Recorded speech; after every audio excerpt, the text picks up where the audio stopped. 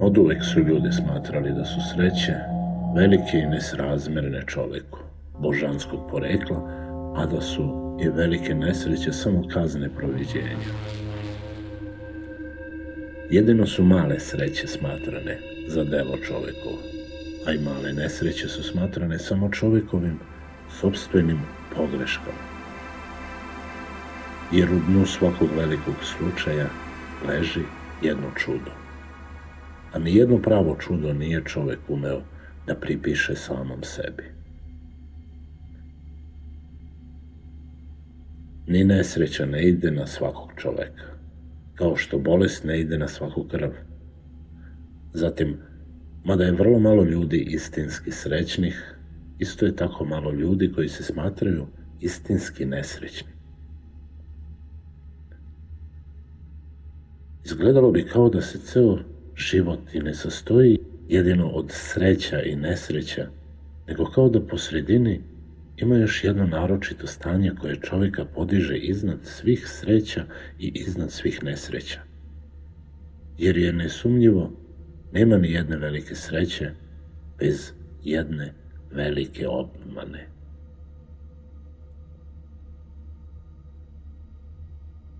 Orijentalci idu za sudbinom, a zapadnjaci za idealom. Ali je svaki čovjek bez razlike uveren da ne može izbeći svoju sudbini, bilo da nju pripisuje samo slučaju, kao fatalista, ili volji Božjoj, kao ljudi koji veruju u proviđenje. Svaki čovjek može da uvidi kako treba da se odrekne 1000 malih sreća, pa da dođe do jedne velike sreće. Kao da je srce čovjekovo stvoreno za jedan veliki udarac, jer neosporno ima samo jedna velika sreća u životu. Svaki čovjek može naći jedan jedini svoj dan kada je odista osjetio najvišu sreću koju čovjek ikad može doživjeti. Za velike duhove i za velike duše nema sreće bez veličine, ali nema ni veličine bez svog sopstvenog dela. Svaka sreća bez našeg dela, to je samo veliko čudo, i to Božje, a ne čovekovo. Je li ikad bilo silnijeg krika obične ljudske sreće nego krik Ksenofontovih vojnika, more, more? Ali naročito, je li bilo potpunijeg usklika jedne više sreće nego uzvik Kolumbovih mornara, zemlja, zemlja? Zlato i talenat ne mogu se smatrati srećama u čovekovom životu, jer je zlato često bilo povod za nesreće mnogih bogataša, za izvor mnogih njihovih zločina, a i čovek koji njegov talenat često učinio isto toliko zla koliko i dobra. Čak je bilo nekoliko velikih talenata u istoriji koji su bili prava nesreća za čovečanstvo. Svakako, čovjek nosi sve svoje u sebi, što je bila još i rimska ideja.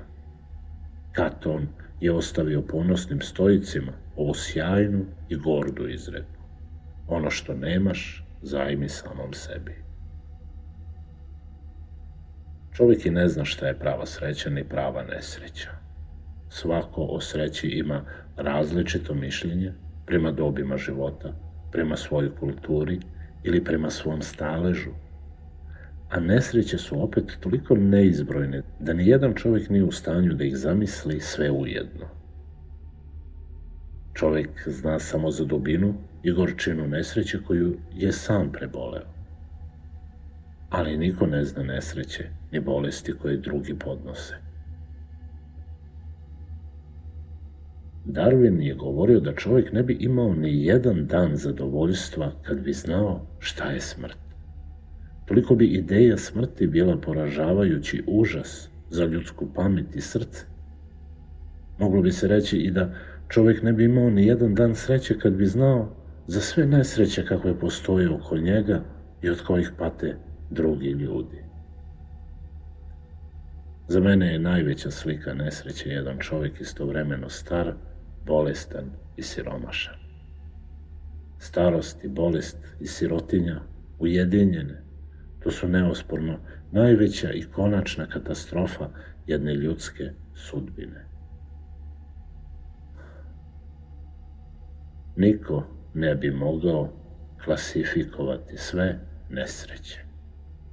Ima zdravih ljudi koji su nesrećni zbog bolesti svojih bližnjih, a ima zatim ljudi odista večno ubogih i večno zapostavljenih i ljudi koji slabo ili nikako ne ostvare u životu ono što hoće. Ima i ogroman broj sveta koji celog života radi samo za druge, bilo za tuđince ili za svoje, i to radi više nego što ima snage i zdravlja. Postoje i večito bolesni i večito proganjani.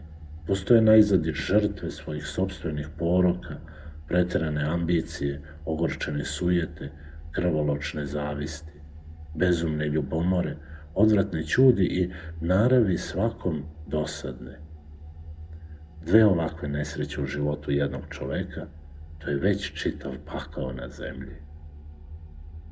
Žena ima da i pored svog eventualnog zla podnese još i tiraniju muža, još teže tiraniju dece, čak kad su ta deca i najmudrija i najlepša. Sve knjige na svetu trebalo bi da budu knjige utehe. Toliko ima nesrećnih na zemlji. Osim stvarnih nesrećnika postoje i nesrećnici samo po temperamentu, a to su melanholici koji su mnogobrojni. Stari su govorili da je melanholija osobina velikih duhova. Aristotel kaže da su Sokrat, Platon ili Sandar bili melanholici.